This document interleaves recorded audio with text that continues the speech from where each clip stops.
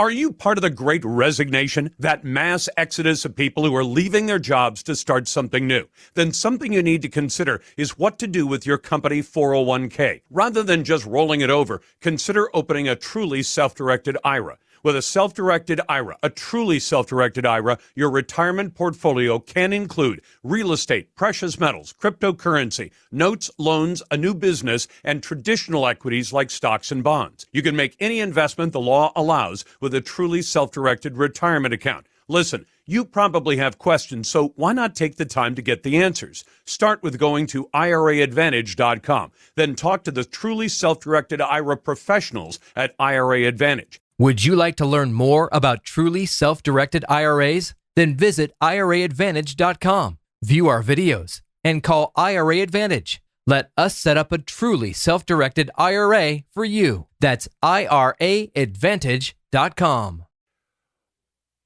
Welcome back to the Lars Larson Show. How does 60,000 pounds of explosives go missing? And number one, it's not a major news story. And number two, nobody knows where it went.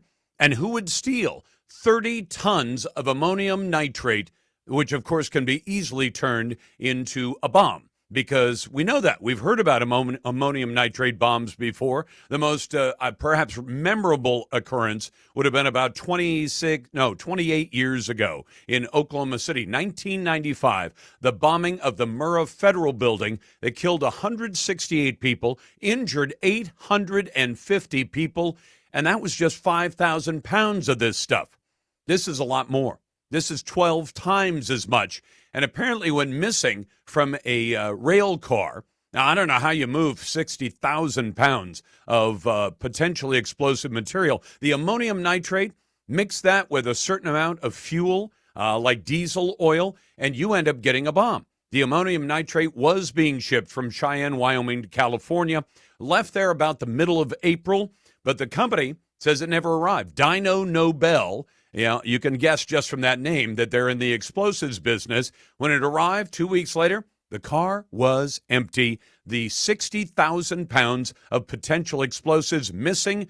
And at this point, no idea where it's gone. In any case, welcome to Tuesday on the Lars Larson Show. It's a pleasure to be with you, and I'm always glad to take your phone calls and your emails at 866-HEY-LARS. That's 866-439-5277. And, of course, if you're a naysayer, we made this rule more than a quarter of a century ago. If you disagree with my point of view on anything, you are more than welcome. By that, I mean you can call the show, tell my producers I'm a naysayer, Lars is full of baloney. We'll put you right to the head of the line. And you can send emails to talk@larslarson.com and vote in our Twitter poll as well. Now, this one's one of those crazy stories and crazy questions. You might think we live in crazy world right now, clown world, if you will. Should America's Air Force host an all-ages drag show for military families? Not the Bee is reporting that despite assurances from the Secretary of Defense, Lloyd Austin, that the military is not supporting drag shows on military bases, it appears there's at least one show that kind of slipped through the cracks. About a week from now or so, June the 1st, the first day of Pride Month, Nellis Air Force Base, that's the one right outside of Las Vegas, is hosting an all-ages drag show. For 3 years in a row, the U.S. Air Force has been paying for groomer shows for military families. The Nellis LGBTQ plus Pride Council is proud to bring the community the third annual free community drag show for Pride. Now, what that has to do with Pride, I don't understand it. In fact, a number of people I know who happen to be gay, they say they don't understand it either. In fact, you don't get them to say this out loud very often, but people who are gay in this country, at least some of the ones I know, have been saying, I don't identify with this LGBTQ plus stuff at all. And what they tell me is what they wanted was equality. They didn't want equity. They wanted equality. Just treat me the same as everyone else. And then all of a sudden, the lesbian and gay community finds itself as a giant train. LGBTQ plus, and there are some of them that go on beyond that. And they say, I got nothing in common with these spirit people or the ones that identify as transgender. They don't see the connection. But it was a political connection to build a political constituency that was powerful enough to get things. And now that for the most part, lesbians and gay individuals in America are treated the same as everybody else. And they treat their lifestyle as the same as us. I mean, do you walk around sharing your personal sexual lifestyle with your coworkers or other people? Of course not. It's your private business. It's nobody else's private business. And then all of a sudden you get this. We've got to have transgender, and we have to have people who cross-dress, and we have to have people who cross-dress and then seek out audiences of children. And at that point, anybody with common sense would say, why are you seeking out children if all you want to do is express yourself, dress the way you want to? If you were born a male, but now you want to wear women's clothing and call yourself by a young lady's name, okay, that's fine. Why do you want any connection with children? And I would agree with those who feel that this is grooming activity, that you go after those children, and it is not for a good thing. In any case, welcome to the Lars Larson Show. A shout out to our friends in Manatee, Mississippi, where they listen to Great Talk Radio on WKBB. That's FM 100.9. Great Talk Radio all day long, and you can find my show there Monday through Friday. Let me tell you what's coming up this hour, and I'll get to your calls too at 866-439-5277. Donald Trump's media company. Now, of course, I've got a dog in the fight there, because I think Donald Trump was a great president, the best of the 21st century, much better than even Obama, much better, of course, than the demented current occupant of the White House. But he has a social media company called Truth Social. It has filed suit against the venerable WAPO, the very left-wing newspaper that is owned by Jeff Bezos out of Seattle. He's filed a lawsuit against the WAPO for defamation. The total amount, nearly $4 billion, and will question whether or not the WAPO has a right to say what it says about Donald Trump, or have they caused him some defamation? He is a public figure, after all, just like I am, and that means he's got some tall hurdles to get over to be able to sue for defamation. Is the President of the United States, Joe Biden, a controlled asset of history's greatest threat to freedom, the Chinese Communist Party? We'll get into that this hour, too. If the debt ceiling is mechanically lifted without any debate over spending like Joe Biden wants, he says he wants a clean bill, what does that mean for the U.S. economy? And I want you to take just a moment to cast a vote in my Twitter poll at Lars Larson Show and at LarsLarson.com. Should America's Air Force be hosting an all-ages drag show for military families? My answer would be no. Of course, it's brought to you by AMAC, the Association of Mature American Citizens. Conservative values, that's what AMAC's about. I joined a long time ago. You can, too. Just go to amac.us or call 888-262-2006. AMAC is better for you and better for America. In yesterday's poll, here's what I asked you. Should the government notify you if a convicted predatory sex offender moves into your neighborhood? 97% of you agreed with me and said, yes, they should tell us what's going on. Only 3% of you said no to that question. Again, find the question at Lars Larson Show and at LarsLarson.com. And I'm always glad to get your calls at 866-439-5277. Send your emails to talk at LarsLarson.com. By the way, what should we make of the fact that in the United States Congress, 50 senators have now been issued satellite phones for emergency communications?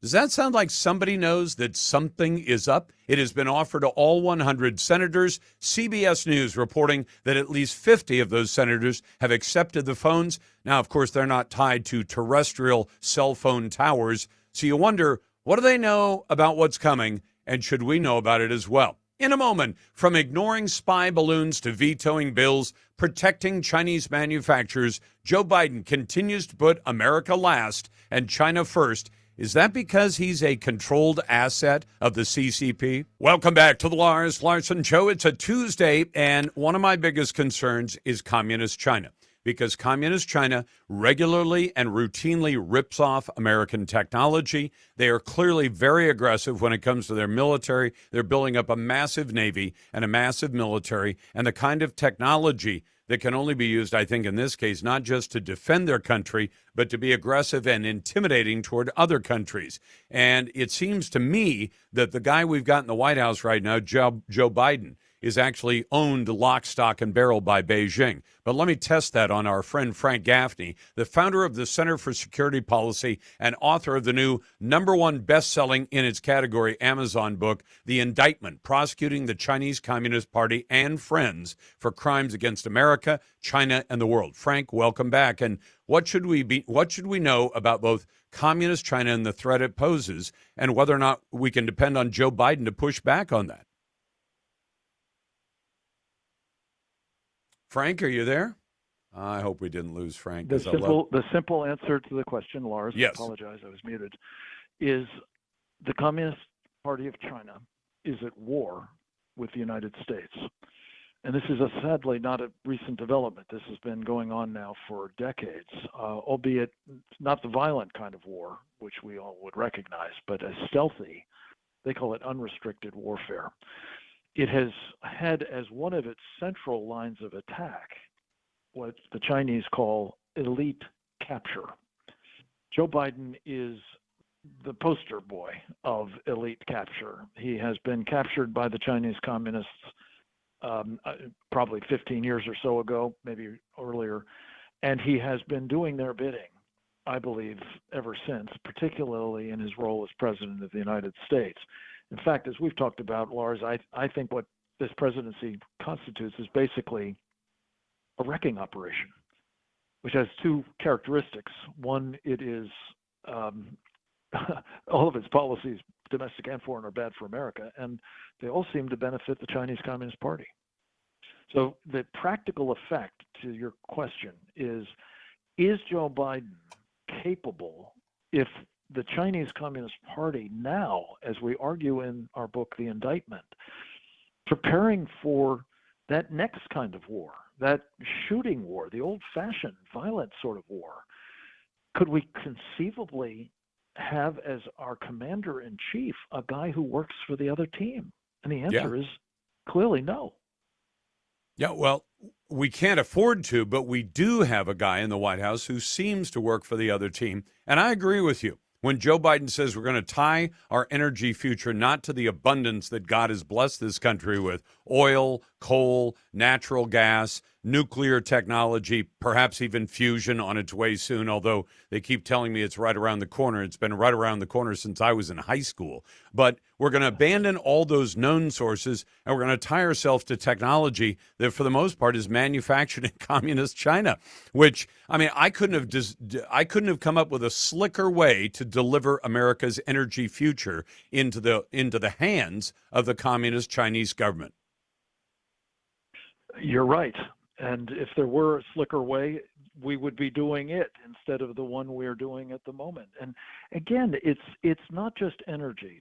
Lars, we have in this book, The Indictment, we have 9 different charges that we believe should be prosecuted against the Chinese Communist Party. The first, simply because it is so egregious, so inhumane, and so unprecedented, is the crimes against humanity that the Chinese Communist Party has been waging, mostly against its own people. And the point of that is not only is it horrific on an unprecedented scale, but if they do that to their own people, do we really think they're going to treat us better? Nope. The answer is no.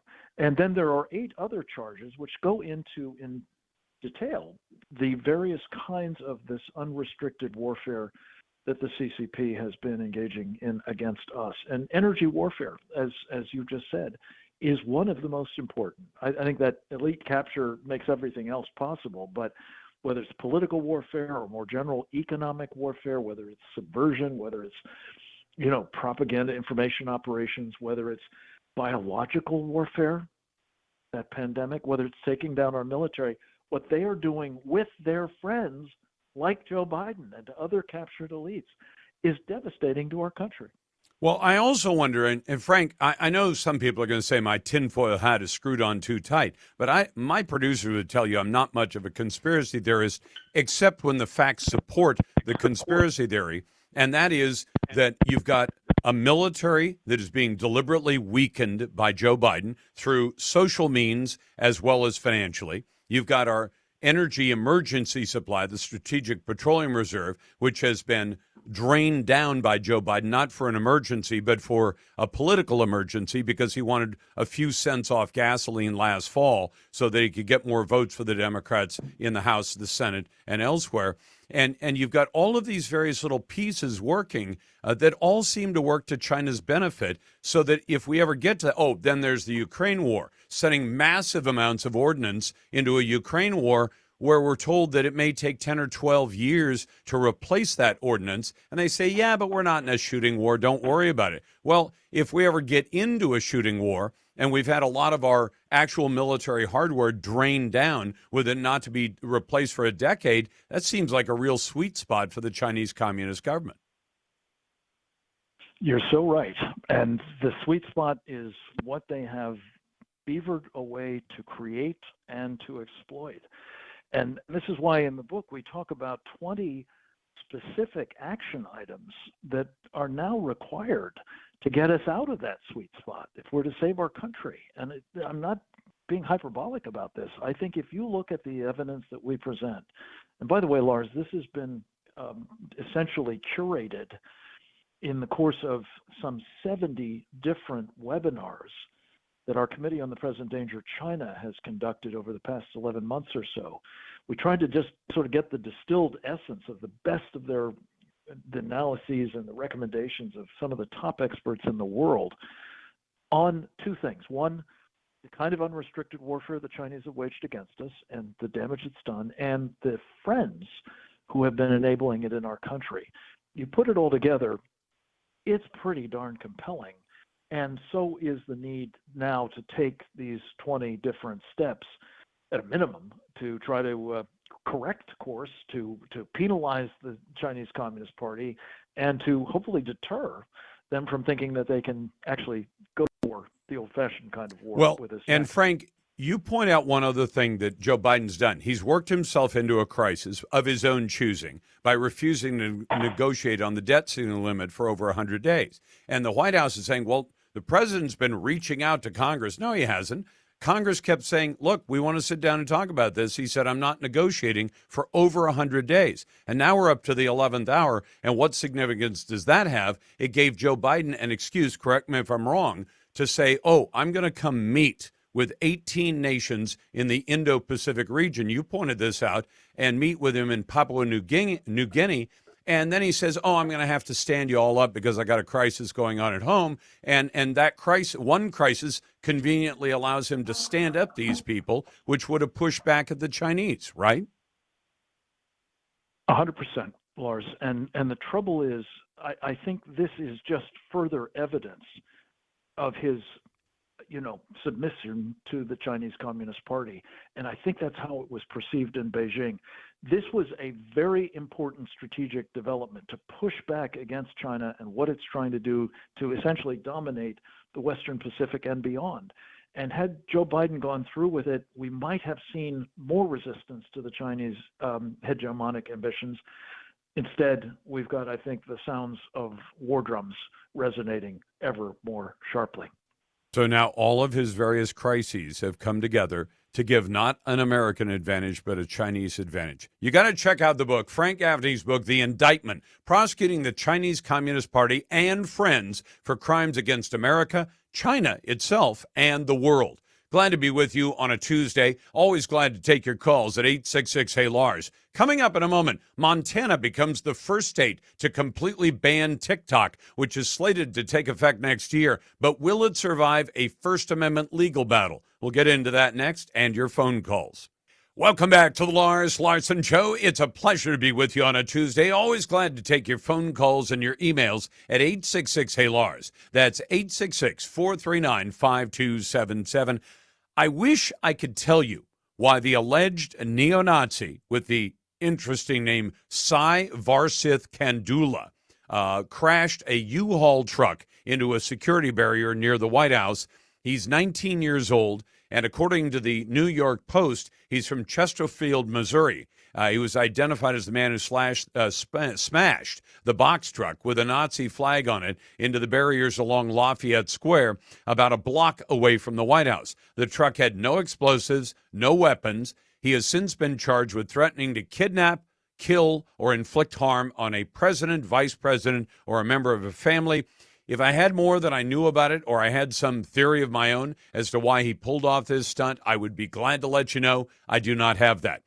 Montana, as I mentioned before the break, has become the first state to completely ban TikTok within the state. Now, the ban doesn't go into effect until next year, but it was signed into law by Governor Greg Gianforte, who signed the bill last week. It restricts downloads of TikTok in Montana. Montana is the first state to do this. I can tell you, I got no dog in the fight. I don't work for one of the competitors to TikTok, but I have chosen over the last couple of years, after I learned what TikTok was capable of, to make the decision. I've never had it on my phone. My wife has never had it on her phone. The law makes it illegal for app stores to give users the option to download TikTok and illegal for the company to operate within the state. So it sounds like on planet Earth, the only place that's geo-fenced off from TikTok is going to be the state of Montana, where I guess I have a dog in the fight there. I lived there a couple of different times when I was a kid. It's a great state. But now they've had a lawsuit filed against them. The complaint states that the ban violates a federal preemption, meaning matters of national security and foreign affairs are carried out by the federal government, not by the states. It also says that Montana is in violation of the Constitution's Commerce Clause, which limits a state's authority to unduly burden interstate or foreign commerce. And yet, if all the state of Montana is saying is you can't upload or download information from Montana. Doesn't say you can't upload or download it in any other state in America. They're not stopping any interstate or foreign commerce unless you allege that somebody would have used TikTok, that what they put up or what they read or what they watched from TikTok would be sent from Montana out of Montana. The complaint, the First Amendment-based complaint, also says the bill unfairly singles out TikTok for purely punitive reasons, as evidenced by the state's decision to single out the plaintiff for harsh penalties. Well, TikTok is not just any other social media app. There are lots of things about the social media parts of the internet that are not good for people, not good for children, not good for families. But in TikTok's case, it is the only social media I know of where the company, by operating, says it will gather data and it will share that data wholesale with the Chinese Communist government. It is a spy device into the United States, in my view, and therefore I think that TikTok is going to lose its case against the state of Montana. And by the way, then you've got Donald Trump's. It's called TMTG, which is Trump Media and Technology Group, have filed a defamation lawsuit against the Washington Post for $3.78 billion, not quite $4 billion. And they say that according to the lawsuit, the Washington Post has been running a years-long crusade against the company, and that the Post created an existential threat for TMTG and has caused an immense loss. Well, the fact is, I like Truth Social. I like Trump's media companies, and I don't work for them, but I like Trump's media companies, and I'd like to see them prosper. And the fact that the media has it out for Donald Trump should not surprise anybody at all who's paying attention. Let's go to Mike. Hey, Mike, welcome to the Lars Larson Show. What's on your mind?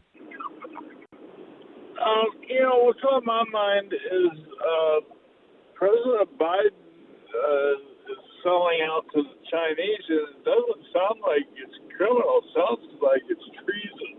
Yeah. And what would you suggest we do about that, since the charge of treason would have to be brought against him by his own very political attorney general? Which doesn't seem to be working in anybody's favor. Well, I mean, when you say it's not working in anybody's favor, the attorney general should be, even though appointed by a president, he should act independently enough to say if crimes are being committed, including the crime of treason, that the person should be prosecuted. But two problems with that. Number one, the attorney general, who's very politically aligned with Joe Biden, is not going to charge him with a crime if he could. And there is also the fact that in the United States, the policy is not that you would never charge a sitting president with a crime. If prosecutors at the state level or the federal level could do that, they might actually decide we're going to mess this president up, whether he's committed a crime or not, because we're going to drag him into court, we're going to indict him, and that's why generally you don't touch sitting presidents. If Joe Biden has committed crimes, though, the minute he's out of office, which I think will be shortly after November of next year, then Joe Biden could be charged with a crime, although I would expect that his attorney will probably argue diminished mental capacity as a defense against any criminal charges he faces. Yeah, I agree with that, too.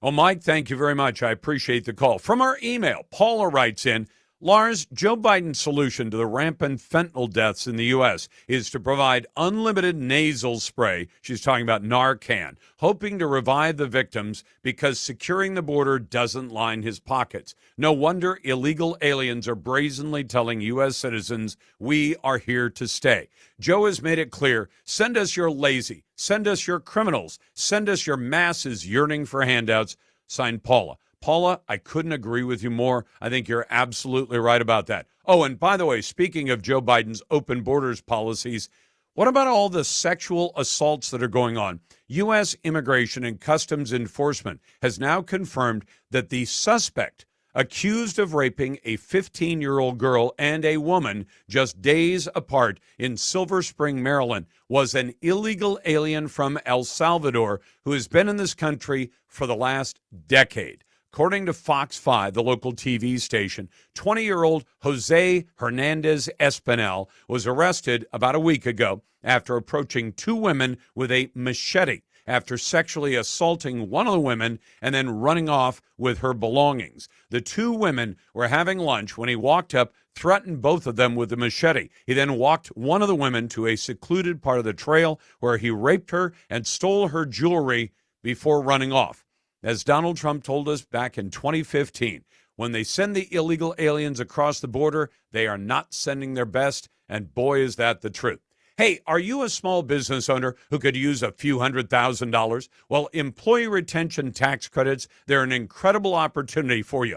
Call the experts at Get My Funds. They've been around since the beginning of the pandemic, and they've already helped out more than 1,500 small business owners. And what do they get? Several hundred million, about $300 million in extra cash. And they know what they're doing at Get My Funds. They have a team of CPAs who specialize in filing for these tax credits. And they're with you every step of the way, even if there's an audit. They stand behind their work with an audit safeguard. If you retain 5 or more W-2 employees during COVID, and even if you already got the PPP money, you need to call Get My Funds now at 800-535-2950. And by the way, it's not a grant, it's not a loan, it's a tax refund. And there are no upfront fees to find out if you qualify. Go with the team you can trust at Get My Funds at 800-535-2950 or getmyfunds.com. That's getmyfunds.com. Coming up, Joe Biden has threatened to use the 14th Amendment to the Constitution to raise the debt ceiling without going through Congress.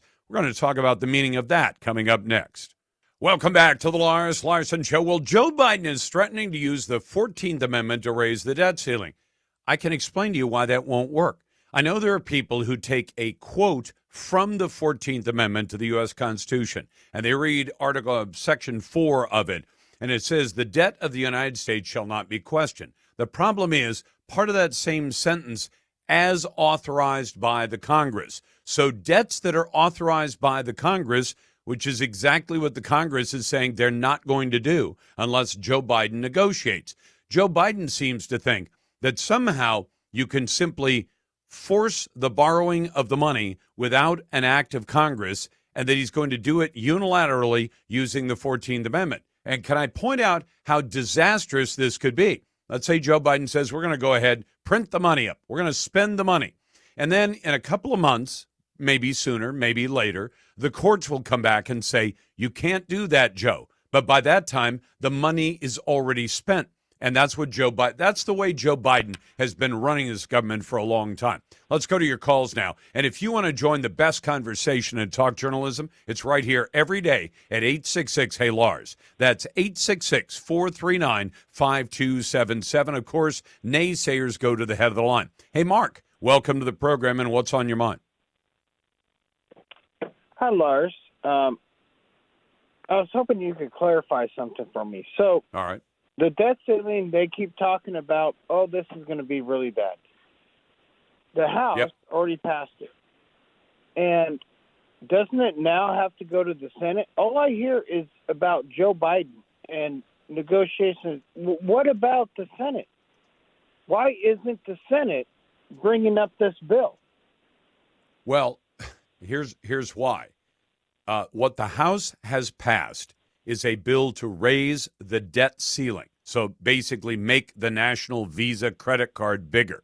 When your bank calls you up and says, hey, Mark, you've done such a good job of paying your bills on time. You now have a $5,000 Visa card. We're going to raise your borrowing authority to $7,000.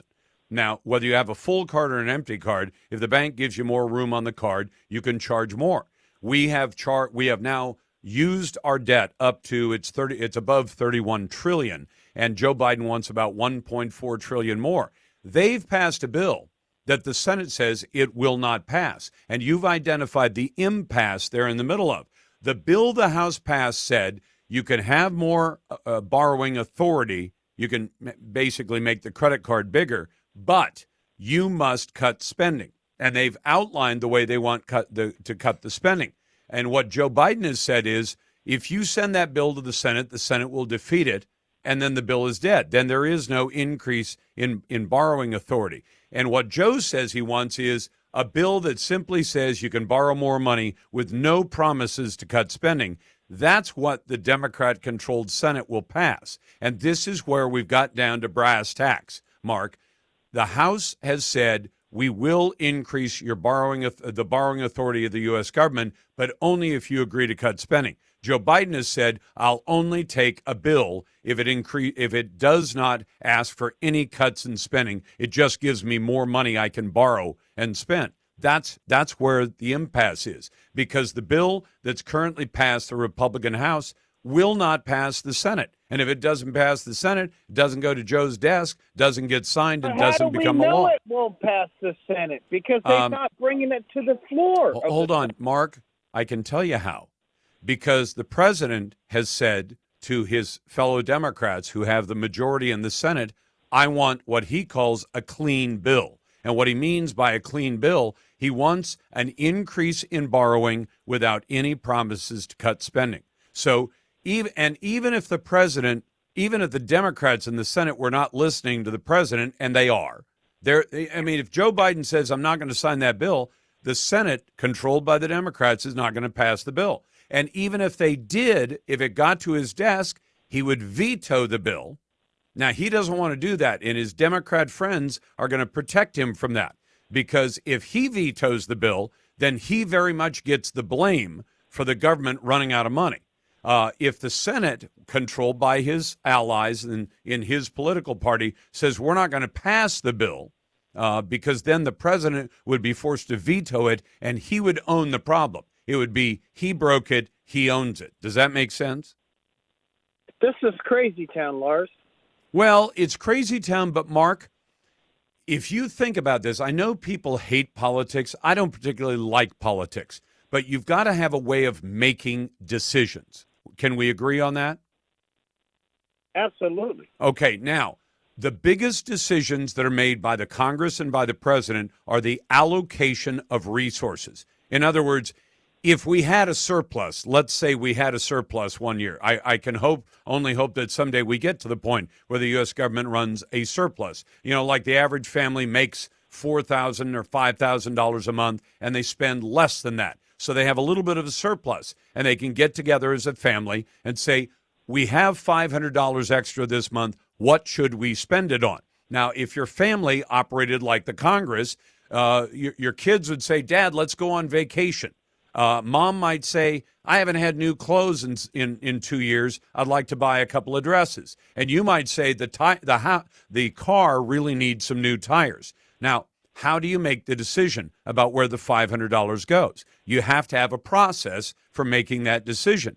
And one part of America who elected Republicans to represent them say, we want to cut the amount of federal government spending. And the other side says, we've got about 60 ideas for how to spend all that borrowed money, and we want to do it our way. And now what you come to is where the representatives of the people, both in the House and the Senate, say, we want it this way. And the other side says, no, we want it that way. And the two can't be done at the same time. Now, the Democrats, if they're being reasonable, if Joe is being reasonable, he'd say, look, we're going to cut some government spending. We're also going to borrow some more money, and we're going to keep the government going. But Joe Biden has said for more than 100 days, I will not negotiate. And as long as he won't negotiate, nothing's going to happen. Mark, thanks for the call. Hey, by the way, if aging muscles and joints are slowing you down, use what I use. Lars here for Gen Pop Extra Strength CBD Cream. It comes from generic CBD. Folks, this stuff is amazing. It's guaranteed to work or your money back. Rub it into your knees, your elbows, your shoulders, and your back, and especially your hands. It melts right into your muscles and your joints, and it goes to work fast. Plus, for me, it's a fantastic moisturizer. My wife and I love it. It's from our friends at Generic CBD, where you can save up to 75% on CBD. It's not sold in stores yet, but my listeners can get a trial-size bottle. That's 10 treatments for $9.95. That's a $20 value. It's not a subscription, and shipping, by the way, is free. To order it, go to Rub It In. That's rubitin.com, or call 740-RUB-IT-IN. That's 740-RUB-IT-IN. These products and statements have not been evaluated by the FDA. These products are not intended to diagnose, treat, cure, or prevent any disease or illness. And you're listening to The Lars Larson Show, so tell Alexa to play The Lars Larson Show. Do you have investment properties you're considering selling and would like to learn how to defer the tax consequences? Then you need to call Equity Advantage and learn about a 1031 exchange. A 1031 exchange is a powerful investment tool. It enables you to keep a property's equity intact when it's used to acquire like-kind replacement property of equal or greater value and equity, even if you recently acquired the property. For over 30 years, Equity Advantage has been providing investors solutions for deferring taxes and maximizing the value of investments through a 1031 exchange. At Equity Advantage, we don't sell investments, but rather provide the tax deferment tools and expertise to facilitate their sale and transfer. Learn more by going to 1031exchange.com. or Google YouTube Equity Advantage for in-depth videos. Listen, you've worked hard for the money in your investments. Equity Advantage works hard to keep it yours. Learn more about 1031 exchanges and Equity Advantage at 1031exchange.com. That's 1031exchange.com. Welcome back to the Lars Larson Show. And what the heck is wrong with posting the 10 commandments in every single classroom in a given state? Well, apparently the venerable WAPO, the Washington Post, has a problem with it. Let me tell you about that story in just a moment and about my reaction to it, because it seems that being a Christian in this country, in this very Christian United States of America, has somehow now become persona non grata in public. And the Washington Post is supporting that idea. But I'll get to that in just a moment. First, welcome to the Lars Larson Show. And if you want to jump into the best conversation in talk journalism, it's right here every day at 866-HEY-LARS. That's 866-439-5277. Send your emails to talk@larslarson.com. I'll tell you about the Twitter poll in just a moment. And a shout out to our friends in Spokane, Washington. I lived there for about a year once, and it's a wonderful town, who listen to great talk radio on KXLY. That's AM 920 in Spokane. And, of course, great talk radio all day long. You can find my show there Monday through Friday. But let me tell you how the WAPO, which is owned by Jeff Bezos, very liberal guy, WAPO, Washington Post, very liberal newspaper, they say, they report this story out of Texas this way. Texas lawmakers are scheduled to vote today on whether or not to require the 10 Commandments be posted in every classroom in the state, part of a newly energized national effort to insert religion into public life. Now, before I go into any more of that story, there is so much wrong with just that first sentence. First of all, inserting religion into public life. Do you know how every single state chief executive, every governor, and how every president, including the godless ones like Joe Biden and Barack Obama, do you know how they end every single speech they give? And God bless America. I also know that in almost every part of this country, There is a church in virtually every community. In many communities, there are dozens or hundreds of churches. There are a majority of Christian believers in this country. And the country was founded by Christians, and I pointed this out last week. I had kind of an epiphany one day, to use a $5 word. I said, look, because somebody had called the show, and they said, Lars, we're not a Christian nation. I said, we most certainly are. And I didn't do that as a knee-jerk. I'm a Christian, so I've got a bias in this case. But I said we're a country founded by Christians who also decided that much like Christianity, God wants you to come to Jesus Christ as your Savior of your own free will. So the founders of this country said, we will be a country which was founded by Christians in which every single religion in the world is allowed to come into the country. You're allowed to practice whatever faith you believe in or no faith whatsoever.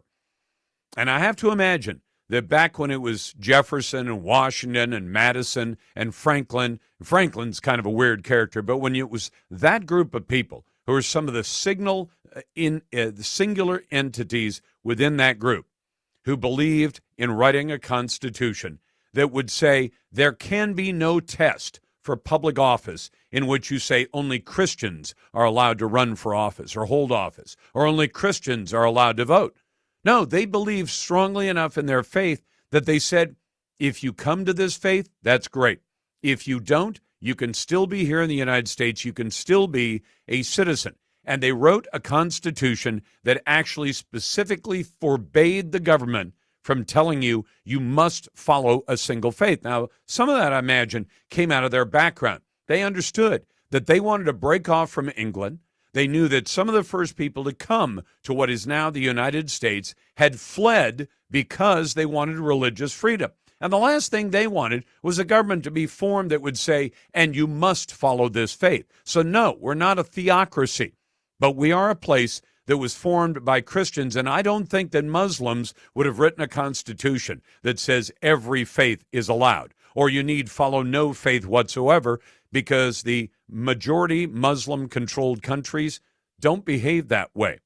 Most of the countries that operate under Sharia law, if they tolerate religious minorities like Christians and Jews at all, they tolerate them, but they live as second-class citizens. Not so in the United States.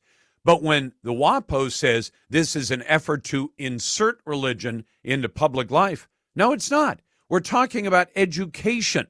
In other words, if you put up the 10 Commandments in every classroom and somebody says you can't do that, you're establishing religion. Well, what would you say when schools, as they do, are teaching the 5 pillars of Islam? Is that establishing a religion? And did you hear the Washington Post say, wow, schools that are teaching the 5 pillars of Islam and making it mandatory for kids, the majority of whom are not followers of Islam. They're not Muslim kids. They're Christian kids for the most part. But when you say you're going to learn the 5 pillars of Islam, is that necessarily violating that First Amendment thought? The second line of their sentence, the bill scheduled for a vote today in the Texas House, is one of half a dozen religion bills approved this session by the Texas Senate, including one that would allow uncertified chaplains to replace trained professional counselors in K-12 schools. Well, what is an uncertified chaplain? Certified in what? Do you really think that America's schools are running well today with the counseling that they get? Have you heard about the violence that goes on in American schools? And not just in the blue states and the blue cities, but in all these different places, including Florida.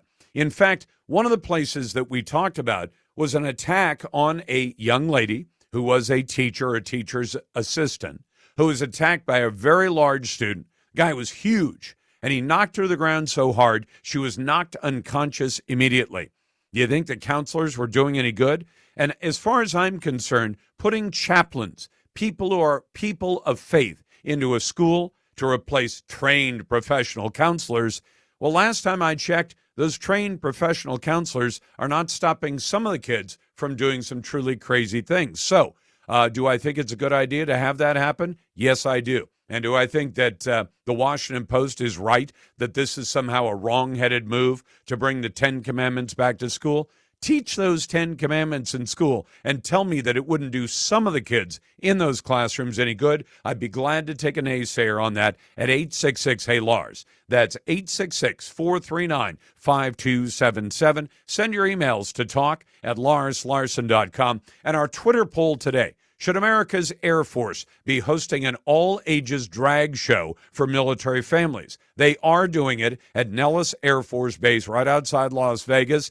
And I cannot imagine that this is a good thing. A free drag community, no all ages show. And what is the purpose of that?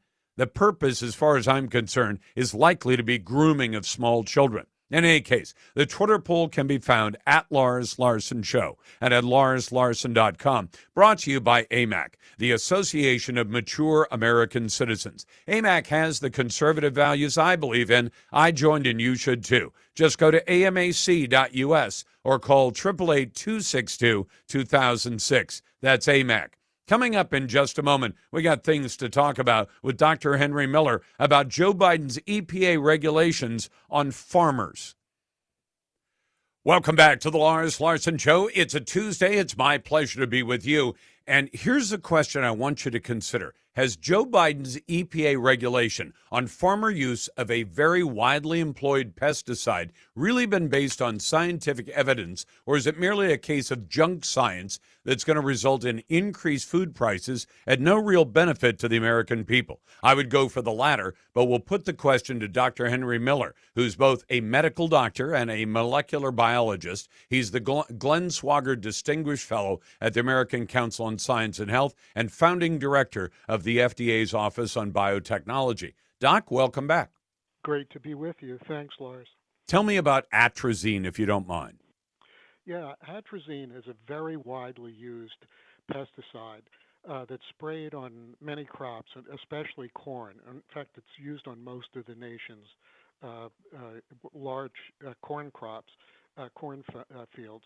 And EPA, Henry, we're going to have you speak up or get it closer to that mic. I know you're a soft-spoken, easygoing guy, but I want my audience to hear you. Okay, is this better? Yeah, that's much better. Okay. EPA with atrazine has done what it does very often. It overregulates in a way that favors activist environmentalist groups, but disadvantages everyone else. In this case, severely disadvantages farmers who grow crops that need atrazine, and also the public, because, as you said, it raises farm prices and raises the price of our produce. EPA does this in a number of sleazy ways. Their science is flawed. They use highly risk-averse, dubious studies to justify it. But sometimes they're reined in by their external advisory committee, but they have a workaround for that. And what they often do is invite radical environmental groups to sue the agency, to bring a lawsuit, and then during the litigation, they capitulate. They make agreements that the court approves that give the activists everything they want, and that is good for, I guess, for the interest of the activists, but not for anyone else. Certainly not farmers or the public. Doc, is there any way for somebody who opposes this, and I would be one of those people, to be able to prove that there is that kind of collusion, as in sue us and then we'll settle out, or is this all done sort of sotto voce, so nobody could actually prove that that's what's going on? Well, it's well documented, and if you Google sue and settle, that's what the technique is known as. It's also known sometimes as regulation by litigation, and occasionally in Republican administrations, the EPA administrator has tried to turn this around. So in President Reagan's first administration, there was an EPA administrator who came in, tried to impose the mantra of smaller government, smarter government, less regulation, and the EPA careerists made it so miserable for her that she lasted only a short time. And here's an interesting factoid. Her name was Ann Gorsuch. Oh, And my God. you may know her Oh, son, yeah. who's Oh, the yeah. Supreme Court justice. So, it never ends. And I can tell you from when I was at FDA and had the misfortune to have to interact with EPA regulators on panels, uh, there's an old saying that sewage flows downhill, and a lot of it ends up at EPA. They get the most disaffected, the worst scientifically knowledgeable, and the least honest of bureaucrats anywhere that I've seen. So is there anybody at EPA? I mean, you said during Republican administrations this tends to change, but somebody at EPA should be saying we should only regulate so much and so vigorously that it does some good for the public. Either it avoids harm, but at the same time, you have to take into account the fact that it's going to, say, raise the cost of good food, which is not good for a population, because at some level you say, oh, we've regulated this to death, and now everybody's safe who can afford to buy the food. But since nobody can afford to buy it, then nobody can afford to produce it, or the number of people who can actually afford the produce that results will be much smaller, and that's not good for people, is it? No, of course it's not good for people. But in answer to your question of what we can do about it, it's the same answer that I give to some of your other questions frequently, and that's the answer is congressional oversight, congressional oversight, congressional oversight. Congress needs to batter agencies that transgress.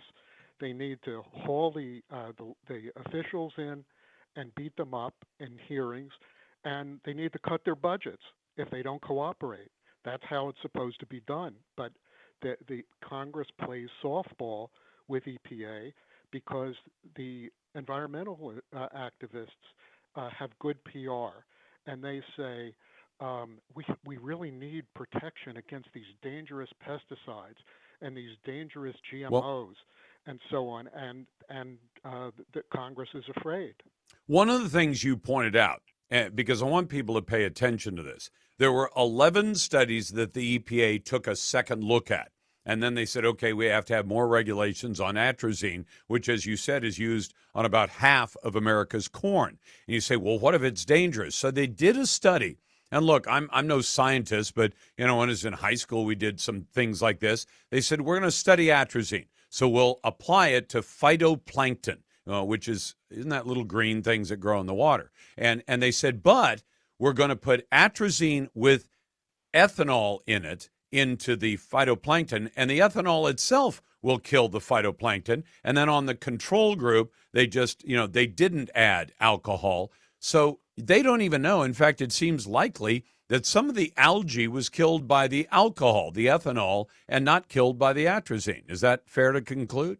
Oh, there's no question about that. And in fact, the scientific advisory panel, the external advisors, said that was just a poorly designed study and to discount. Yeah, but what kind of scientist, Henry, would say, well, we have to have some kind of solvent for the atrazine, but if we're going to add it on one side of the experiment, we have to add it to the control side. What idiot said, no, just add the ethanol to one side? Well, isn't the ethanol going to kill it? You would think that a high school science student could see the flaw in that one. That's just the way I would have put it, Lars. And in response to the way you posed the question, what kind of scientist? It's a scientist who's dishonest and is looking for a fake answer that satisfies him and his constituents. Did that study, by the way, Henry, one of the things I've always liked on paper is that if I went out and did a study, if I were a professional scientist, I'd want to get published because otherwise you perish. If you don't get published, you're not much of a scientist. So when you publish, though, the first scientist who reads this and sees, oh, there was ethanol on the test group, but not on the control group, you'd think they'd send that thing back so fast saying, this is not going to be published by anybody because the experiment itself is flawed, and that perhaps all of the peer review that was done of that science would have condemned the study. Did it ever get published? I presume it did, but this is a broad subject for an entire program. And right. That's that there are predatory journals that charge a large publication fee and will publish anything. So for vanity science, that's what it is. I mean, if I wrote a book and nobody wanted to publish it, but I could go pay somebody to publish it, they call that a vanity publisher. So there's vanity publishing in science? Oh, absolutely. Absolutely. So if you have to pay $10,000 to get your paper published, and it favors Greenpeace, who are richer than Croesus, there's your answer. Absolutely right. Dr. Henry Miller, you can find him at the American Council on Science and Health. Doc, it's always great to have you on the program. Glad to get your calls as well at 866-HEY-LARS. That's 866-439-5277. Send your emails to talk@LarsLarson.com. Well, now the NAACP has issued a travel advisory warning black people it's dangerous to go to Florida. Don't go to the Sunshine State. We're going to talk about why that's going on, and we've got a good Jim Gossett parody song to go with it.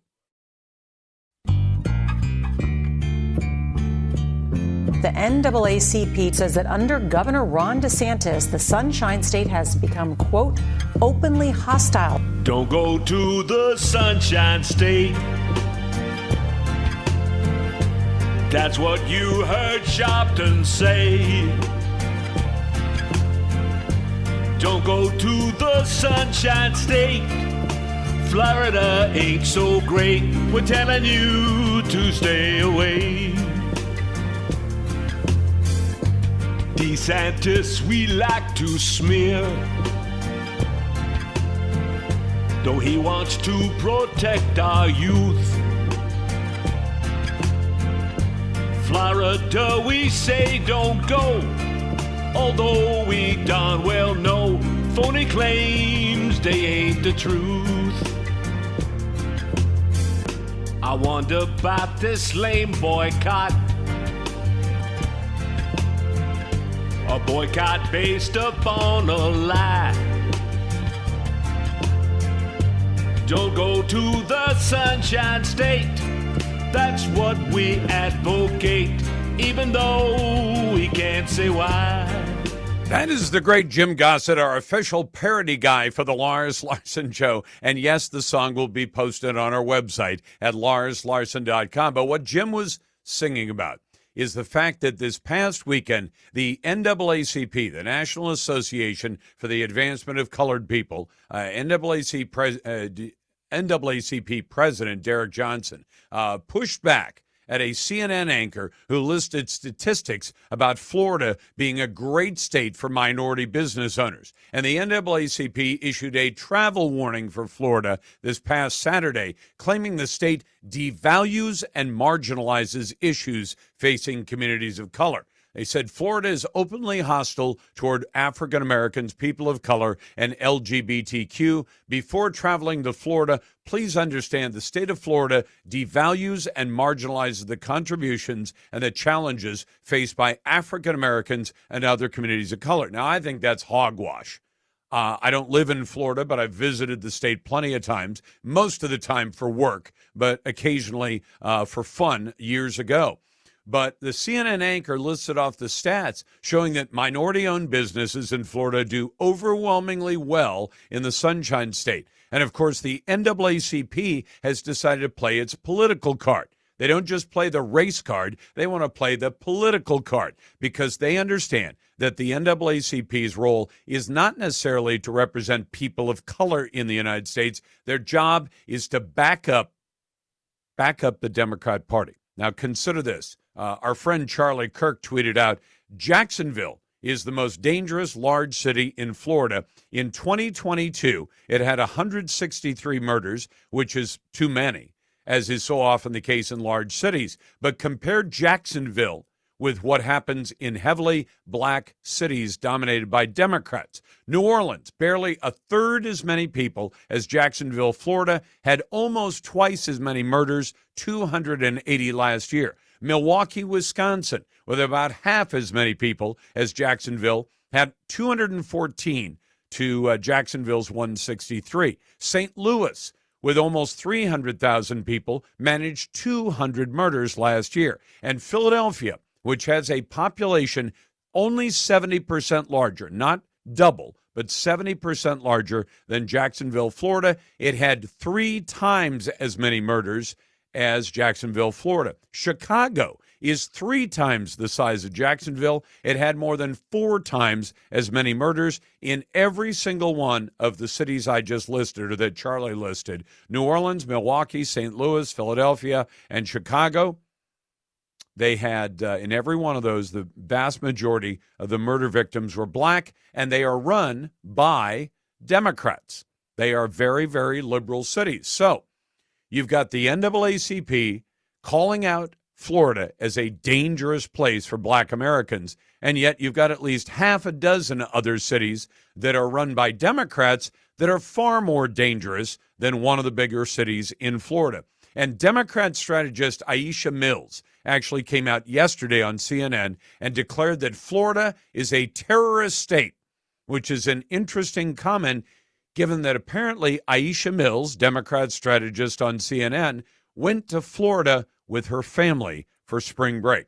So apparently it doesn't matter what you do, it only matters what you say. Now, our best email so far this hour, Greg writes in, Lars, so the Dodgers have now decided to bring the anti-Christian drag queens back to grace their stadium. Oh, one less sports team to watch and one less network to watch. Perhaps they should send out a poll to their largely Hispanic audience and probably a good number of Catholic, Christian, and Christian fans to see how that lands for them. There will be dwindling crowds that are at the stadium, but I'm sure they are content knowing most of the money comes from their broadcast contracts. I'll bet they'll have plenty of Bud Light on tap.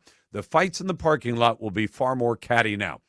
By the way, I wanted to mention something, and that is that it appears that Bud Light is so desperate for business that they are going to start almost literally giving the beer away. This is their latest promotion, and I don't know the timeline for it, but Bud Light is telling you if you go out and buy a 12-pack of Bud Light, which costs anywhere, depending on where you're buying it at Target stores, it's about $12.99. I don't buy the stuff myself, never have. I think it's kind of thin when it comes to it. For beer, I like something with a little more body to it. But they're selling the beer at as low as $12.99 for a 12-pack, and then they'll send you a $15 debit card with $15 on it.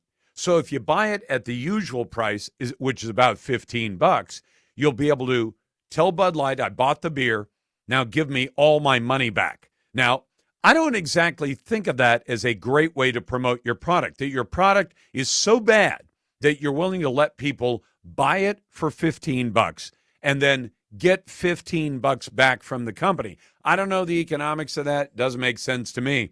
But I would point one thing out that's interesting. Here's your get-rich-quick scheme. I don't know if any of you remember the guy who, there was a movie with Schwarzenegger in it, and it featured a Harrier jump jet. And they literally said you could get a Harrier jump jet, but you had to have so many of these coupons. So this guy went out, and he bought, I don't know, tens, hundreds of thousands of dollars worth of the pudding that had the coupons on it. And then he donated the pudding to the homeless shelter, to some charity to get the tax write-off. And then he went to, I think it was Pepsi at the time. PepsiCo was the company that sponsored it, and said, because they meant it as an exaggeration. It was in the commercial that if you got enough points, you could buy a Harrier jump jet. Imagine what you could do here. Target is selling Bud Light for $12.99 a 12-pack. But you can get $15 back per 12-pack from Bud Light. Wait till somebody goes down and buys $500,000 or $1 million worth of Bud Light and then turns in for all the cards and gets back 20%, 10 or 20% more money than they ended up spending. You might make $100,000 that way. By the way, are you a small business owner who could use a few $100,000? Employee retention tax credits, they're an incredible opportunity. You should call my friends at Get My Funds. They've been around since the beginning of the pandemic. They've already helped out about 1,500 small business owners. And what did they get? About $300 million in funding. And I'll tell you what, Get My Funds knows what they're doing. They have a team of CPAs who specialize in filing for those tax credits, and they're with you every step of the way, even in the event of an audit. They stand behind their work with an audit safeguard. If you retain 5 or more W-2 employees during COVID, even if you already got the PPP, call Get My Funds now. 800-535-2950. Not a grant, not a loan, just a tax refund. No upfront fees to find out if you qualify. Go with the team at Get My Funds. 800-535-2950 or getmyfunds.com.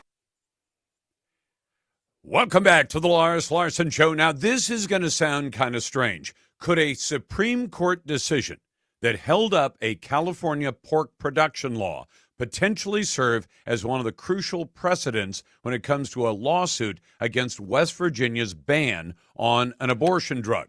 I thought we'd talk about it with a young lady who knows the subject well. That's Dr. Ingrid Skopp, who's a pro-life obstetrician in San Antonio, Texas, and medical director of the Charlotte Lozier Institute. Dr. Skopp, welcome.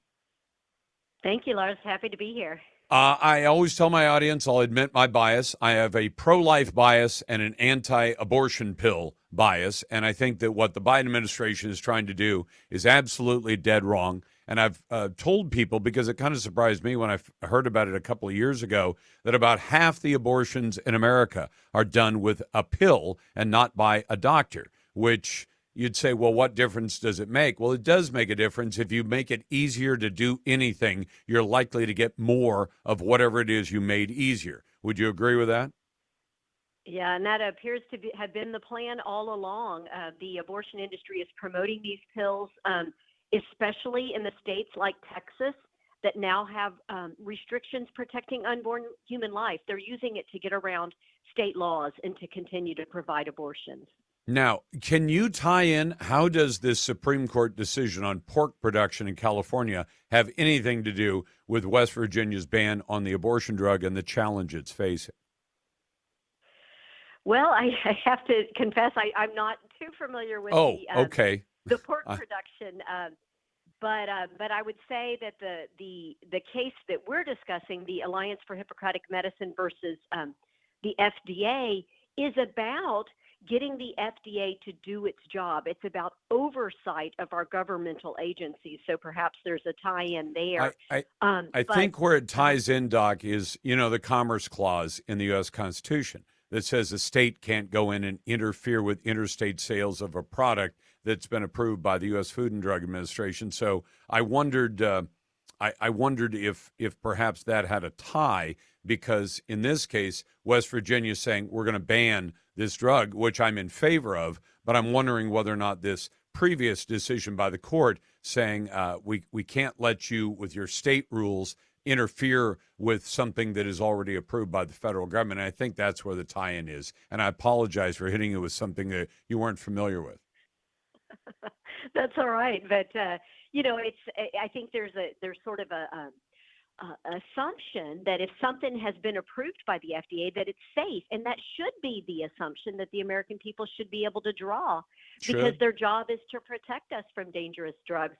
But yeah, as we dig into the issue of chemical abortion, we can just prove over and over again that the process was politicized. It was ideologically driven. Chemical abortions are not safe for women. Approximately 1 out of 20 women will have to have surgery in emergent conditions or go to an emergency room. And it's 4 times more dangerous than a surgical abortion. So it's not even preferable to what was on the market already at the time that it was approved. Well, let me ask you, I'm talking to Dr. Ingrid Skopp, who's a pro-life obstetrician in San Antonio, where we've got a great affiliate, KTSA. Is the primary reason that is, I know there are a couple of other reasons, but is the primary reason because of the possibility of ectopic pregnancies? Well, there's so much to unpack. Again, they point to abortion industry studies that seem to indicate low complications, but our country does not mandate reporting of any complications or any numbers about abortion at all. So they tell us about the complications they know about. At the same time, they tell women this is safer than Tylenol. So when women do have complications, which happens frequently, they think, I've been misled, I've been lied to, and they have. And so they many times do not go back to the abortion provider. They go to their private gynecologist or to an emergency room, and that's where the care is given. But it's even worse. The FDA has just over time taken away all of the safeguards. 1 out of 20, that's even under their protocol. But using the COVID pandemic as an excuse, they removed all in-person restrictions. So there's no ultrasound required to find out gestational age. There's no ultrasound that could rule out an ectopic pregnancy. And these pills do not work on a pregnancy in the tube. It can rupture and it can kill a woman. There is no labs required. And there's not even the requirement that a doctor look a woman in the eye to determine, does she want an abortion? Right now, they can be obtained by ordering online, delivered in the mail. So, of course, a sex trafficker, an incestuous abuser, a coercive boyfriend, all of these people can pretend to be a woman wanting an abortion. And we're going to see an epidemic of unwanted and coerced abortions because of the FDA's malfeasance. Well, and in fact, Dr. Scott, just so I can arm my audience with this, there already have been, because one of the first things my audience started asking about a few weeks ago was, well, does that mean that a boyfriend who doesn't want to be a daddy, doesn't want to have the obligation, that he could surreptitiously get the pill and then surreptitiously dose his girlfriend with it without her knowledge, and then she would appear to miscarry? But would there be any way to determine after the fact that the miscarriage was caused chemically if the woman, say, suspected that her boyfriend might have done this to her to get rid of a pregnancy that he didn't want? Would there be any way medically to determine that she was given this chemical and caused what would look like a miscarriage at that point? There's not really a way to tell. The emergency room, a test for mifepristone, the abortion pill, which is used along with misoprostol, but neither one of those drugs has a clinically available test. So we don't even if the suspicion were raised, I think it would be very, very difficult to prove that. And that should be concerning for everyone, pro-life or pro-choice. It should be the woman's choice. And in this case, we're taking the choice out of her hands and giving it to her abuser. Dr. Scott, you could literally get away with murder. You could, and because I know there are some states, sadly, I've lived in a state where, a child dying, as a result of murder is not, say the mother is killed and the baby inside her is killed. In California, that's 2 murders. In Oregon, it's 1 murder. And I am sad that some states look at it that way. But you could literally have a boyfriend end a pregnancy in his girlfriend, and she might never realize it. And even if she did, she couldn't prove it, right? Yeah, absolutely, that could happen. And there's also been a case where Planned Parenthood is being sued for doing a telemedicine abortion, again, without an ultrasound. The woman thought she was 6 weeks along. They sent her the pills. She actually delivered a stillborn term baby boy. So this is what happens when you don't go and do a clinical exam to determine whether it's appropriate for these women to take these pills. You know what, Dr. Scott, I'm out of time, but I'll tell you what, we'll be glad to have you back anytime. Please keep up the work. I know you probably get a lot of heat from other people in medicine who are far too liberal, but thank God for what you're doing, and I appreciate you coming on. Well, thank you for spreading the word. I appreciate it. Glad to do it. Dr. Ingrid Scott from San Antonio, Texas, and you're listening to The Lars Larson Show. I'm declaring this state of emergency because you need to know what's happening. If you care about public schools in North Carolina, it's time to take immediate action and tell them to stop the damage that will set back our schools for a generation. That is a real jackass his name is Roy Cooper, and he's the governor of North Carolina. And I thought I'd bring this to your attention. He has declared a state of emergency. Now, is that because North Carolina's been hit by a hurricane? No. Is it because they've been hit by a tornado? No. How about massive flooding? No. Do you know what his state of emergency is? And this is Roy Cooper, governor of North Carolina. He has declared a state of emergency because the legislature, the people's representatives, have passed school choice. Now, what is school choice? School choice is the shorthand for giving parents the ability to say, the public schools are not doing right by my kids. I'm going to pull my kids out of public school. I'm going to take them somewhere else. I'm going to take them to homeschooling. I'm going to take them to private schooling. I'm going to take them to parochial schooling. I'm going to take them to online schooling. I'm taking them somewhere else. Do you know what Roy Cooper, governor of North Carolina, calls that? He calls that an atomic bomb on public education. Now, I'm going to give you my point of view. I'm glad to get yours. But if you want to join the best conversation in talk journalism, it's right here at 866-HEY-LARS. That's 866-439-5277. Send your emails to talk@larslarson.com. And if you call in as a naysayer, you just better come prepared with your argument. Because if you think, as Roy Cooper thinks, that school choice for parents and for students, and ultimately it means for teachers as well. Can you imagine being a teacher frustrated with the nonsense that goes on in public schools? But where are you going to teach if you don't teach there?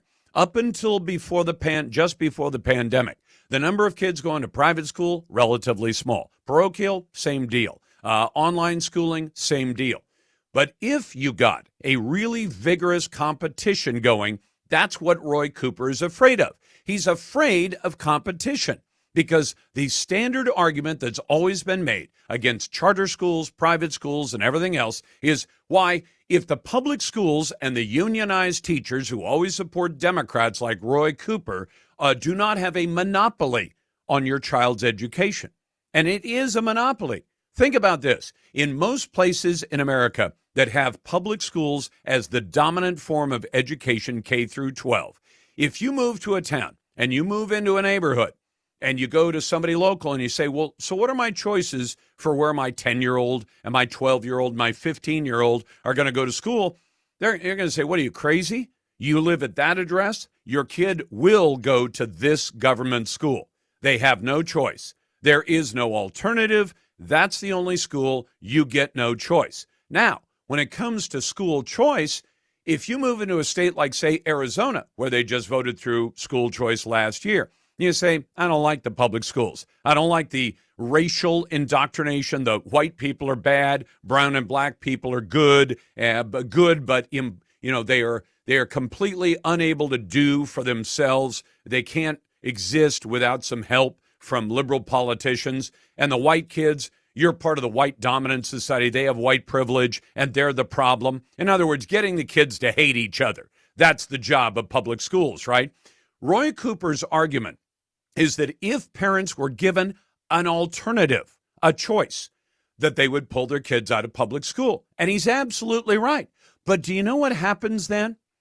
What happens then is if the public schools say, we're losing kids every year, as they have been for the last 3 years, they said, we better up our game. We better get to be so good at providing education, since America funds public education better than every other industrialized country on earth. Every single other country spends less money per student per year. Germany spends less, Sweden spends less, France and England spend less, and they produce crappy results because the parents have no choice. It's like living in a town where there's one hamburger stand. I mean, Tillamook used to be that way. They basically had one hamburger stand. You want a hamburger? You go to that place, or you go home and make it yourself.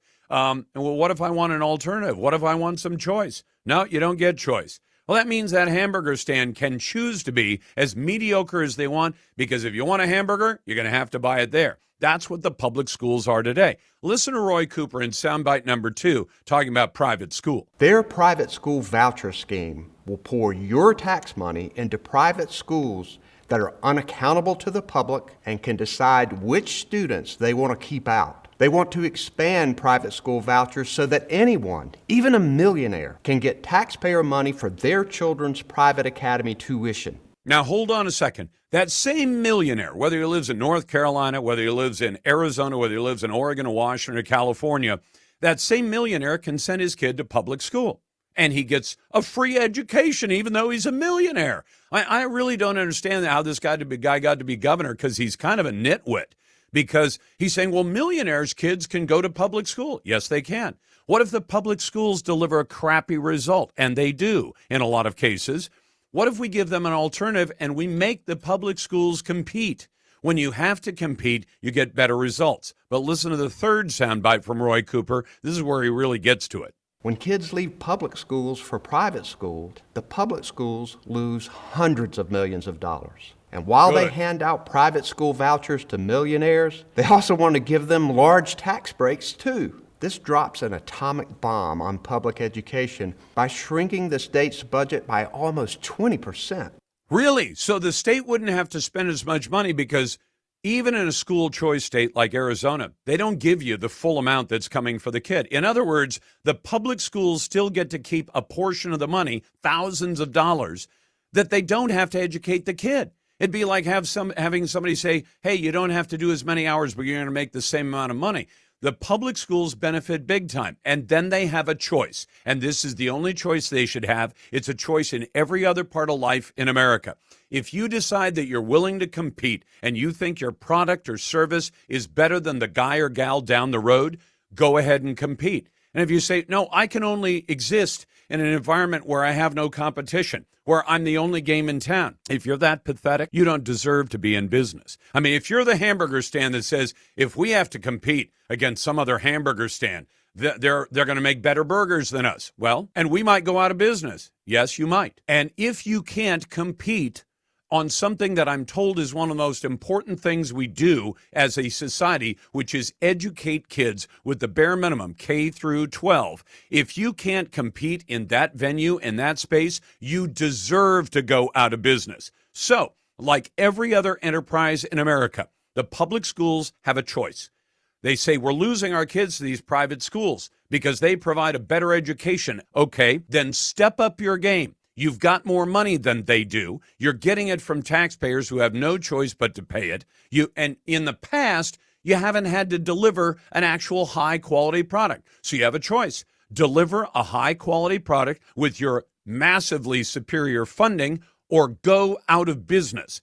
That does not deserve to continue. You're listening to The Lars Larson Show. Welcome back to The Lars Larson Show. It's a pleasure to be with you. And if you didn't think the world was crazy enough already, with California banning Skittles, and now in the great state of North Carolina, the governor has declared a statewide state of emergency. Now, is it over a storm or a tornado of some kind? Is it a flood? Is it a killer on the loose? No, it's actually a state of emergency because the public schools are losing their students, and now the state legislature has said we want parents and students and ultimately teachers to have some kind of choice about where they get their education. Jacob Hubert joins me now, who's president of the Liberty Justice Center that recently represented the North Carolina General Assembly to ensure that their Opportunity Scholarship Program stays in place. Jacob, welcome back. Hi, thanks for having me. What should we make of Democrat Party member and Governor Roy Cooper announcing yesterday a state of emergency for North Carolina? Well, it's really disgusting on multiple levels. I mean, as far as I know, he hasn't actually issued like an emergency order to do anything, but he said he's declaring a state of emergency. And of course, we all know that comes against the backdrop of governors across the country over the past several years using states of emergency and emergency orders to place themselves above the law and do whatever they want.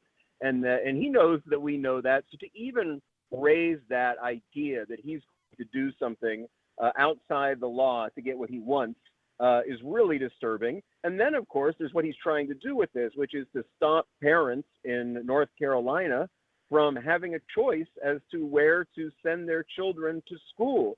The legislature there is on the cusp of enacting a universal opportunity scholarship program that would make all children in the state eligible for scholarships to take their education money where they want instead of being forced to go to a particular government school. And so now he's raising this specter of an emergency that this is supposedly going to create. But of course, if there was any emergency, it was the emergency faced by the kids who are trapped in bad government schools or schools that aren't right for them. And so this is just a really disgraceful display by Governor Cooper there in North Carolina. I'd have to agree with you. And Jacob, just so people understand, I want to get into the details of the Opportunity Scholarship. But the reason I think he's declaring the state of emergency is that the bill has already passed from a Republican-controlled General Assembly, like a legislative body within the state, and they have the votes, as I understand it, that after the governor vetoes the bill, which he's expected to do, that they can override the veto. So he has run out of his state authority to do anything about it. Is that accurate? Yeah, that's right. As far as I know, the votes are there to override his veto, especially since back in April there was a Democratic member of the legislature who switched over to the Republican Party specifically because the Democrats were so intolerant on this issue of giving students a choice. And now that they have that majority, they do have enough, as far as I know, to override the veto. And so that's why he has to talk about emergency orders or a state of emergency. And Jacob, I'm talking to Jacob Hubert, who represented North Carolina, or his organization, Liberty Justice Center, did. Let me ask you a detailed question. If you don't have the numbers, let me know. But in most of the arrangements, like Arizona, when a child leaves the public schools and takes the resources with him or her, the parents do, they don't usually get 100% of the resources. So in some ways, the public schools get a tremendous benefit. If you say, well, we're spending $16,000 or $18,000 per year per student, and the child and the parents are allowed to take $7,000 or $8,000, that means the school is still getting a lot of money, and they're not doing anything for that kid. I mean, this sounds like a smoking good deal for the public schools, doesn't it? Yeah, that's generally how it works. They do lose some funding as a result of having fewer students, but they don't lose all of their funding based proportionately based on that student. I don't know exactly how that breaks down in the current version of the North Carolina legislation, but that's generally how it works. But it's funny that the teachers unions and their friends in government always freak out that we're going to lose money because people are going to go to private schools. Well, why are they going to the private schools? They're making that choice because the government schools have failed them and they're not satisfactory. So if you want to keep all that money, the thing to do would be to have good schools that people want to go to. And if they don't, why should you have any money? The whole point here is to educate children, supposedly, not to ensure that schools keep having the same amount of money, employing the same number of people, and that sort of thing. Well, and I guess the thing I think about is any other enterprise. If you're saying if you don't make people go to the public schools, they will choose to go elsewhere, it's really condemning your own product, which the governor does. He says, if they had a choice, they'd go 20 or 30% of them would go somewhere else. That's an indictment of the way the government run schools are run. I mean, if I lived in a tiny little town that was 100 miles from anywhere else and I ran the only restaurant in town and people said, gee, your restaurant's always full. I said, that's because my customers have no other choice. This is the only game in town. They'd say, well, then that doesn't say anything good about what you do. People are here because it's the only place they can go in, especially for education, which is Monday through Friday, 9 months of the year. If you're saying the only reason or the majority reason why many of these kids and their parents don't leave is because they have no other alternative, and so therefore you don't want to give them an alternative, that seems like Governor Cooper is actually, really suggesting that he's running a lousy operation of schools, doesn't it? That's right. That's right. That's totally implicit in their arguments that if people had a choice, they wouldn't want our schools. Therefore, force them to go to our schools. How's this all going to play out then? At this point, you've helped to represent them. What power? I mean, where do we go from this point if the governor just says, I've got a state of emergency? And I think he's thinking more of an electoral emergency, because if the unions that represent the teachers in North Carolina, who get $1,000 or $1,100 a year from every member, and they probably have, 50, 60,000, maybe more teachers. So the unions are pulling in 50 or 60 million a year, and they spend a pittance from that on actually representing the teachers, and they take the rest of it and use it as political contributions, primarily for the Democrats. It sounds like Governor Cooper is facing an election emergency more than an education emergency. Yeah, that's right. And of course, this whole thing is a scheme, a scam, where the public sector unions, the teachers unions in this case, get money by representing the people in these schools in this case, and they turn around and they give that to politicians, and then the politicians protect the union's interest in having more money for the teachers, which is, of course, the teachers union's priority. I heard from somebody who went to the big National Teachers Union conference recently, and they voted on, I don't know, if it was 45 resolutions or something, and they said like 4 of them had to do with education. The rest of it is all political priorities. It's all about funding their politics and advancing their political agenda and enriching their people. And of course, children are pretty much an afterthought. At least educating children is an afterthought. Jacob, thank you very much, and thanks for what you did in this case. Jacob Hubert is the president of the Liberty Justice Center. By the way, if aging muscles and joints are slowing you down, use what I use. Lars here for Gen Pop Extra Strength CBD Cream from Generic CBD. This stuff is amazing, folks. It's guaranteed to work or your money back. Rub it into your knees, your elbows, your shoulders, and your back, and especially your hands. It melts right into muscle and joints, and it goes to work fast. Plus, for me, it's a fantastic moisturizer for your hands when I've been out working in the yard. My wife and I love it. It's from our friends at Generic CBD, where you can save up to 75% on CBD. Not sold in the stores right now, but my listeners can get a trial-size bottle of 10 treatments for just $9.95. That's about a $20 value. And it's not a subscription. It's shipping is free, by the way. To order, go to rubitin.com. That's rubitin.com or call 740-RUB-IT-IN. That's 740-RUB-IT-IN. These products and statements have not been evaluated by the FDA, and these products are not intended to diagnose, treat, cure, or prevent any disease or illness. Back in just a moment. You're listening to The Lars Larson Show. Welcome back to The Lars Larson Show. I don't have any particular dog in the fight on this, although I always tell you that if I sense one, I'm glad to disclose it. But welcome back to The Lars Larson Show. This diversity, equity, and inclusion nonsense that's being pushed so hard. And even if you say, well, I'm not affected by that, I'm not going to a school or a university, and I choose not to buy products or services from those companies that do it, whether you know it or not, you may be roped into this nonsense because of your 401k, because of your IRA, because of your company pension plan, and a lot of other places. And the guy who knows that better than most is Scott Shepard, a fellow at the National Center and director of the Free Enterprise Project. Scott, welcome back to the program. Thanks so much, Lars. Always great to be with you. Thank you for that. I want you to help my audience understand what's going on with these DEI policies, because I've gone chapter and verse on the diversity, equity, and inclusion is one of the most racist and exclusionary policies I've ever seen. I don't expect you to necessarily endorse that point of view, but that's my point of view on this, where companies say, we're going to go for equity, which usually doesn't mean equality. It means we're going to hire with an eye toward race or gender or a bunch of other factors.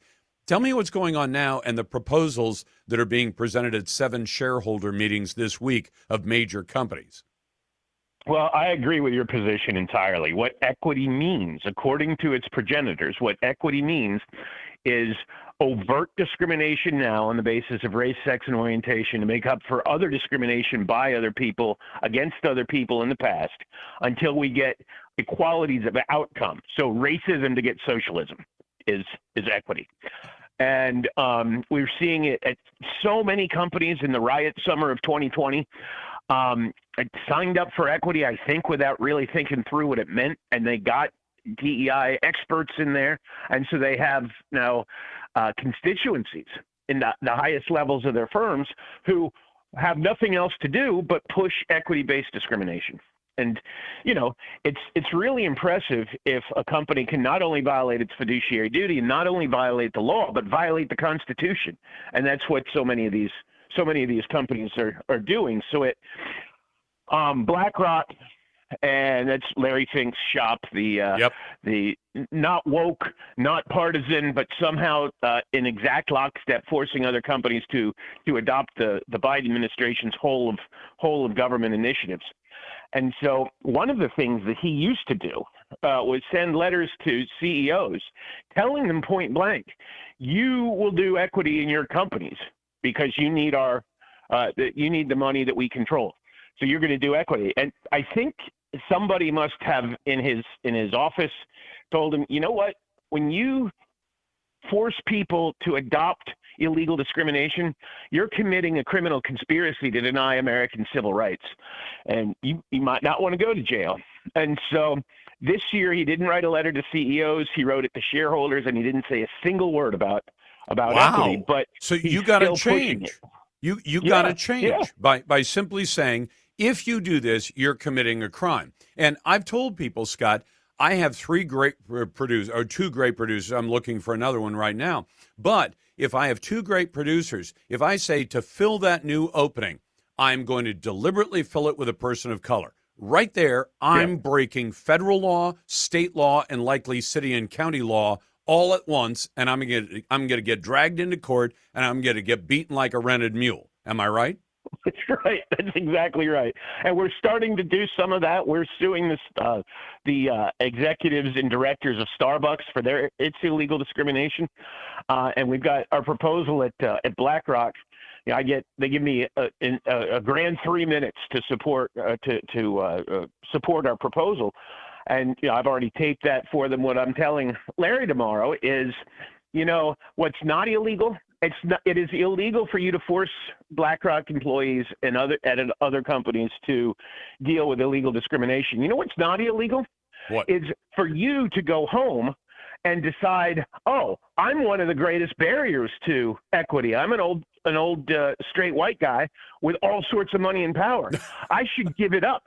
I should live in a 1,200 square foot apartment and cut my carbon footprint and force my kids to do trades. Not that there's anything wrong with the trade, but that make them reduce their opportunities in future. That's not illegal. It's insane, but It is it's not insane. illegal. Well, but Scott, let me ask you about this. I think it's literally dangerous. One of the companies on your list is Merck. Now, they're a drug maker, right? Yeah. Okay, so Merck is going to go out under DEI, and they're going to say, we got all these people in white lab coats down there who are making, new kinds of drugs and testing them and doing all the things that it takes to push out a product that doesn't kill people and actually helps people. We're going to go out and deliberately hire some people, not based on their capabilities to do that job, but based on their gender, based on their gender identity, based on their skin color. We're going to do that because we've noticed we have too many white people and probably too many Asian and Indian people as well in our crew of people who do this kind of work. So we're going to hire some people who are not as capable on the books. They don't have the education, they don't have the talents, they don't have the skills, because they decided not to work as hard as the rest of these people. And when we hire them, we're going to put them to work making drugs. And if they make mistakes, guess who gets to eat the mistakes? The American public. That's not only possible, it's likely, isn't it? Oh, I think it's absolutely guaranteed. And I'll tell you what else is guaranteed. If you tell some people, based on surface characteristics, you don't have to work as hard, you're going to get the same outcomes, they're not going to work as hard. And you tell other people, it doesn't matter how hard you work, you're not going to be able to achieve according to your merit. They're going to stop working very hard. If I were designing a system by which to destroy the American economy and American innovativeness, this is what I would adopt. And to your point about the quality falling, I've long said that we ought to find some stretch and do a test. Build two bridges over a river side by side and have one marked out as the old math bridge and one marked out as the math is racist bridge. And built by proper engineers and by left-wingers who have crawled into the STEM programs, and see who takes what bridge. Well, I'll tell you what, Scott. It's not going to be the people who think that 4 + 4 is a negotiable, 2 + 2 is a negotiable concept. Nobody's going to take that bridge because when it comes to it, they like their lives. Scott, can I throw an example? You may already be aware of this. The Bakke case. Do you remember the Bakke case? Yeah. Okay. Bakke case was a person of color, black man, who wanted to be a doctor. And there was a white guy who wanted to be a doctor. And there was one slot, and the courts finally decided the black person gets it, even though he's not as qualified as the white guy. So he goes through medical school. There was a report, and I have to give him credit. Jeff Jacoby of the Boston Globe actually followed this one through. The person of color was allowed into medical school, even though his smarts, his capabilities did not qualify him, became a doctor, and by the end of his career, not a very storied career, he'd killed at least a few women because of his bad medical care. And it sounds like you know the example. But I'd give people that and say affirmative action in that case can be deadly to you and the people you love, because you're not saying, I've had doctors who are people of color. I've had women. I've had men. For all I know, they're gay or straight or whatever. I don't care. I care about whether or not they can do the damn job. I mean, I've never rejected a doctor for gender or for politics or anything else. I've never had a doctor reject me for those reasons either. But if we start doing this kind of stuff, it is going to kill people. Keep up the good work, Scott, and I appreciate the time. Thank you so much, Lars. Anytime at all. Scott Shepard is the director of the Free Enterprise Project. And if I hear somebody who says, hey, let's have some DEI, I want them to explain how it's going to work and how we're going to keep it from killing people. We'll be back in a moment. Glad to get your calls. You're listening to The Lars Larson Show. No, record him. Help me! Please help me! This is not your bike. Please help me! This is not your bike. This is not your bike. Please help me! Help! Please get off me! What the what's going on? Now, I got to tell you something. What you just listened to is an issue that popped up over the weekend. And what it involves is a young lady. And the young lady is working in New York City. And she's the one who had a group of young men, all of them black, and that became an issue because she's white, try to steal a bicycle from her. And guess what's happened now? Her employer, where she worked about 12 hours before that incident as a physician's assistant. So it's like the step between a top-end nurse and a doctor. So PAs are very common in medical care these days. She had just worked 12 hours on a shift. She is 6 months pregnant. She goes out to rent a bicycle. A group of young men try to steal the bicycle from her, which she had rented, and she ends up suspended from her job, and she may in fact be terminated from her job, largely because of the way her situation was presented on social media. Now, let me tell you more about that in a moment, but first, welcome to the Lars Larson Show. It is a pleasure to be with you, and I'm glad to take your phone calls and your emails at 866-HEY-LARS. And if you happen to be a naysayer, why, naysayers we put right to the head of the line at 866-439-5277. You can send emails to an easy-to-remember address, talk@LarsLarson.com. And, of course, you can vote in our Twitter poll anytime you like. You'll find that at Lars Larson Show on Twitter and LarsLarson.com. But this young lady, who is now being branded as a Karen. Now, let me remind you who a Karen was. It goes back just a couple of years. But there was a young lady in a park, and in that case, it was in New York City as well. And she saw a man who was out bird watching. And he was watching birds. I mean, it's not a sport, but it's an avocation where you go out and you take binoculars and you look at birds. And he happened to be black. She happened to be white. And she starts screaming and yelling at him because she doesn't know why he's there. Well, it's a public park, lady. He had a right to be there. And she got labeled a Karen because she was sticking her nose into somebody else's business where it had no business, and she was being obnoxious. And that's a Karen. This young lady is something different. Now, over the weekend, I heard an interview with her attorney. And even though I thought it seemed clear, she told the people who paid attention, look, I rented this bicycle. In most big cities, even some middle-sized cities in America, there are these bicycle rental arrangements. Sometimes they're done through the city. Sometimes they're done entirely privately, where you can go up and either use an app on your smartphone or you can use your credit card and you can rent a bike. And the way you get it unlocked from the bike stand is you punch in a code from your smartphone. So she has literal receipts that show that she paid to rent that bike and was about to pull it out. She was actually astride the bike. So here's this relatively short woman, 6 months pregnant, just finished 12 hours at work, and she wants to bicycle home. She rents the bike, doesn't even have it all. She had it out of the rack, so it was unlocked. And the only way you unlock them is by paying to rent them. And this group of young men come up, and they start accosting her, saying, that's our bike. You know, that's our bike. Well, they didn't rent it. There's no indication they rented it. And when I listened to her attorney speak about this, he said, look, she's got electronic receipts that show exactly what time she rented the bike and that she paid for it.